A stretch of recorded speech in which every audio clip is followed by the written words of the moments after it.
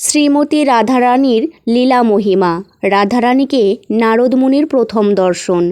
একবার নারদমুনি যখন তার বীণা বাদন করতে করতে সারা ব্রহ্মাণ্ড ভ্রমণ করছিলেন, তখন একসময় তিনি শ্রীকৃষ্ণের দর্শন লাভের জন্য গোলক বৃন্দাবনে গেলেন। কিন্তু তিনি দেখলেন যে সেখানে প্রতিটি লীলা কেমন বিবর্ণ মনে হচ্ছে।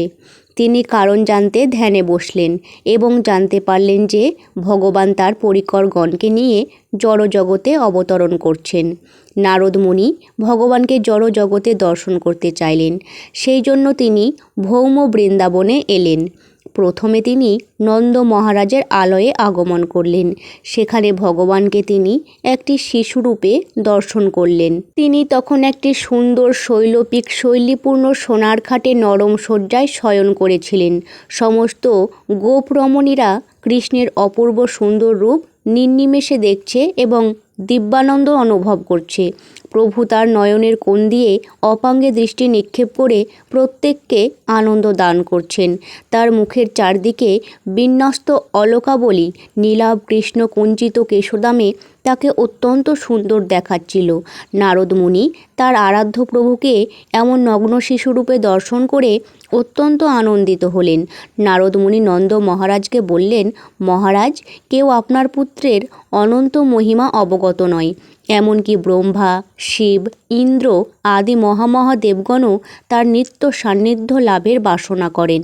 এই শিশুর চরিত্র প্রত্যেকের সুখের কারণ হবে। ভক্তগণ তার রম্য কার্যকলাপের কথা পরম প্রেমে শ্রবণ কীর্তন করতে থাকবে। আপনি এই জগৎ ও স্বর্গাদি লোকের প্রতি সমস্ত কামনা বাসনা ত্যাগ করুন এবং কেবল এই শিশুর প্রতি আপনার প্রেম বিকশিত করুন। নারদ মুনি এরপর নন্দালয় থেকে নিষ্ক্রান্ত হলেন। তিনি ভাবতে লাগলেন, কেমন করে শ্রীহরি এই জড়জগতে লীলা বিলাস করতে আবির্ভূত হয়েছেন। নিশ্চয়ই তার নিত্য লীলা সঙ্গিনী এই ব্রজের কোথাও গোপীরূপে আবির্ভূতা হয়েছেন আমার প্রভুর লীলা বিলাসে সহায়তা করার জন্য। এ বিষয়ে কোনো সন্দেহ নেই। আজ আমি তাকে দর্শন করতে প্রত্যেক ব্রজবাসীর গৃহে যাব। এই রকম চিন্তা করে নারদমুনি ব্রজের প্রত্যেক গৃহ পরিদর্শন করলেন। যেখানেই তিনি গেলেন সেখানেই ব্রজবাসীদের দ্বারা তিনি সুন্দরভাবে আপ্যায়িত ও পূজিত হলেন। অবশেষে নারদমুনি বৃষভানু রাজার গৃহে উপনীত হলেন। নারদমুনি তাকে বললেন, আপনি আপনার ধার্মিকতার জন্য সারা জগতে সুপ্রসিদ্ধ।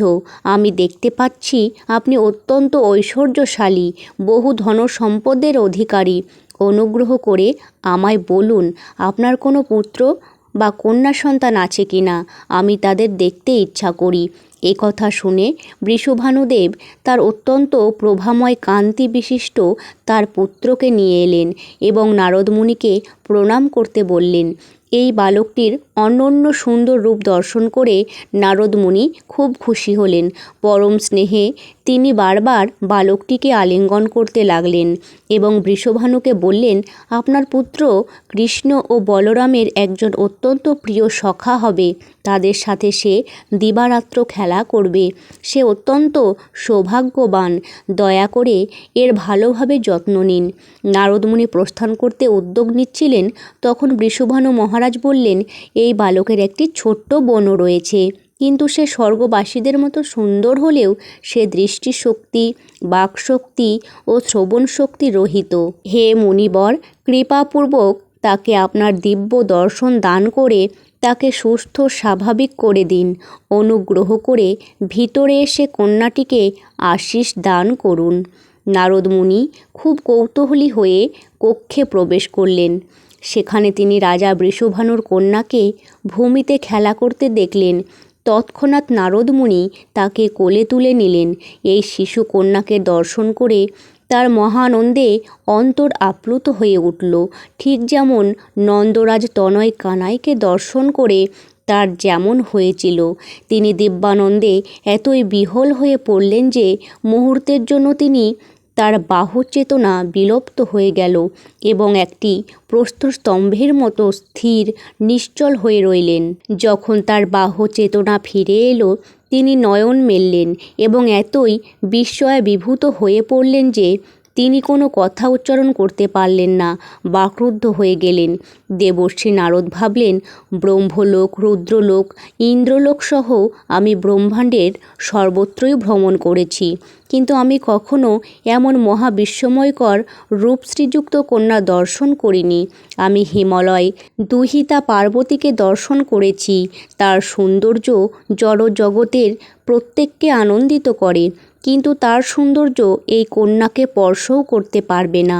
লক্ষ্মী ও সরস্বতীর সৌন্দর্য এমনকি এই কন্যার ছায়ারও সমতুল্য হবে না। আমি বিষ্ণুর মোহিনী রূপ দর্শন করেছি, যা শিবকেও বিমোহিত করেছিল, কিন্তু সেই মোহিনীর রূপ এই অসামান্য অঙ্গ সৌন্দর্যের সমতুল্য নয়। এই কন্যার প্রকৃত স্বরূপতত্ত্ব উপলব্ধি করা আমার সামর্থ্যের অতীত। ইনি শ্রীহরির পরম প্রিয় লীলা সঙ্গিনী, কেউ তাকে জানতে সক্ষম নয়। কেবল এই কন্যাকে দর্শন করেই আমি গোবিন্দের প্রতি কত প্রেম অনুভব করছি। প্রভুর প্রতি এত প্রীতি প্রেম আমি ইতিপূর্বে আর কখনো অনুভব করিনি। আমি অবশ্যই কোনো নির্ভীত স্থানে গিয়ে এই কন্যার গুণমহিমা কীর্তন করব এবং তাকে প্রার্থনা ও প্রণাম নিবেদন করব।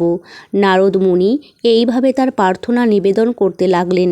হে দেবী, আপনি মহাযোগ স্বরূপিণী, আপনি গোলকে বিহারী শ্রীহরির প্রধান লীলা সঙ্গিনী, আপনি অনুক্ষণ দিব্য রসানুভূতির অপূর্ব দিব্যানন্দে নিমগ্না।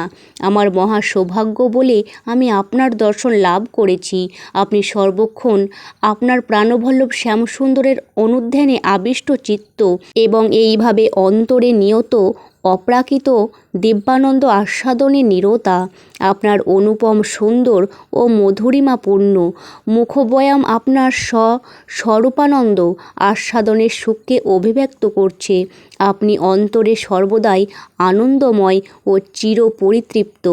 আপনি মহাবিষ্ণুর জন্মদাত্রী, আপনি এই মহাবিশ্বের প্রকাশ, পালন ও মহাপ্রলয়ের কারণ। আপনি বিশুদ্ধ সত্য স্বরূপিণী, পরাশক্তি। আপনি ব্রহ্ম, গায়ত্রী এবং শ্রুতিসমূহের জননী।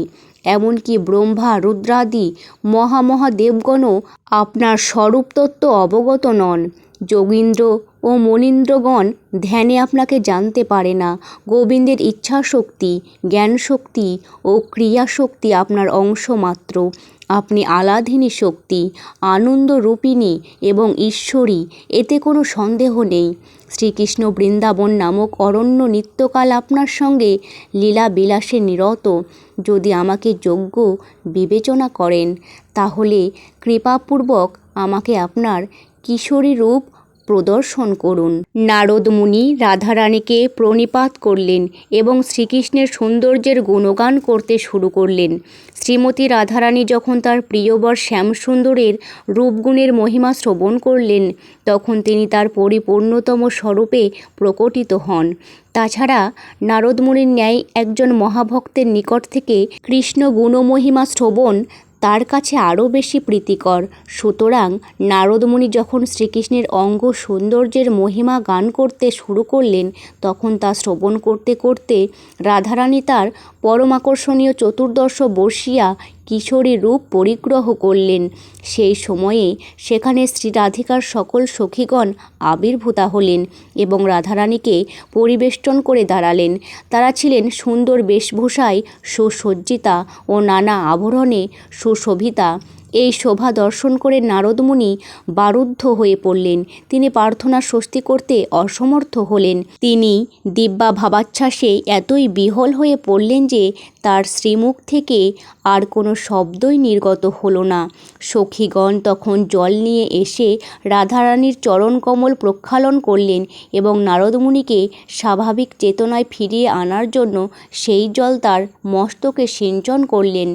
সখীগণ তখন নারদমুনির প্রতি সদয় হলে তাকে বললেন, হে মহামুনি, আপনি অবশ্যই মহাভক্তি অনুরাগ সহকারে ভক্তবাঞ্ছা পূরণে সদা উৎসুক।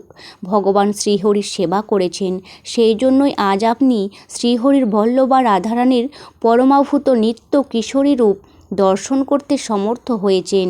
এমনকি ব্রহ্মা, রুদ্র, ঋষিগণ, সিদ্ধগণ ও মহামুনিগণ এবং অন্যান্য ভাগবতগণও শ্রী রাধিকার এই রূপ দর্শনে সমর্থ হননি। তাকে দর্শন করা দূরে থাক, তারা এমনকি তাকে অবগতও নয়। আজ তিনি আপনাকে তার এই কিশোরী রূপের দর্শন দান করেছেন। আপনি অত্যন্ত সৌভাগ্যবান। হে ব্রাহ্মণ, ধৈর্য ধারণ করুন।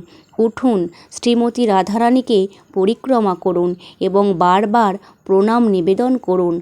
রাধারানীর এই পরমাকর্ষক রূপ ক্ষণস্থায়ী বিদ্যুৎ চমকের মতো। এখন তার এই কিশোরী রূপ অন্তর্হিত হবে। গোবর্ধন পর্বতের পাদদেশে কুসুম সরোবরের তীরে একটি অশোক বৃক্ষ আছে। সেই অশোক বৃক্ষে সর্বদাই ফুল ফোটে। এই ফুলের মধুর সৌরভ বনের চতুর্দিকে ব্যাপ্ত হয় এবং সমগ্র স্থানটি সুরভিত হয়ে ওঠে। নিশীথে এই অশোক তরুতলে আবারও আপনি আমাদের দর্শন লাভ করবেন। পরে উপযুক্ত সময় এলে আপনি সখীগণ পরিবৃত্ত রাধারানীকে দর্শন করতে পারবেন। এই বলে গোপিকাগণ ও কিশোরী তনু রাধারানী সেই স্থান থেকে অন্তর্হিতা হলেন এবং পুনরায় রাধারানী তার শিশুরূপ পরিগ্রহ করলেন। তখন মহারাজ বিষুভানু কক্ষে ফিরে এলেন। তিনি বিস্মিত হয়ে দেখলেন যে নারদমুনি বারবার শিশু কন্যাকে প্রণাম নিবেদন করছেন। তিনি মুনিকে জিজ্ঞাসা করলেন, মুনিবর, আপনি আমার শিশুকন্যাকে কেন প্রণাম করছেন? নারদমুনি মহারাজ বৃষভানুকে আশ্বস্ত করে বললেন যে এই শিশুর সবই কুশল, উদ্বিগ্ন হবার কোনো কারণ নেই। এরপর তিনি প্রাসাদ হতে নিষ্ক্রান্ত হলেন।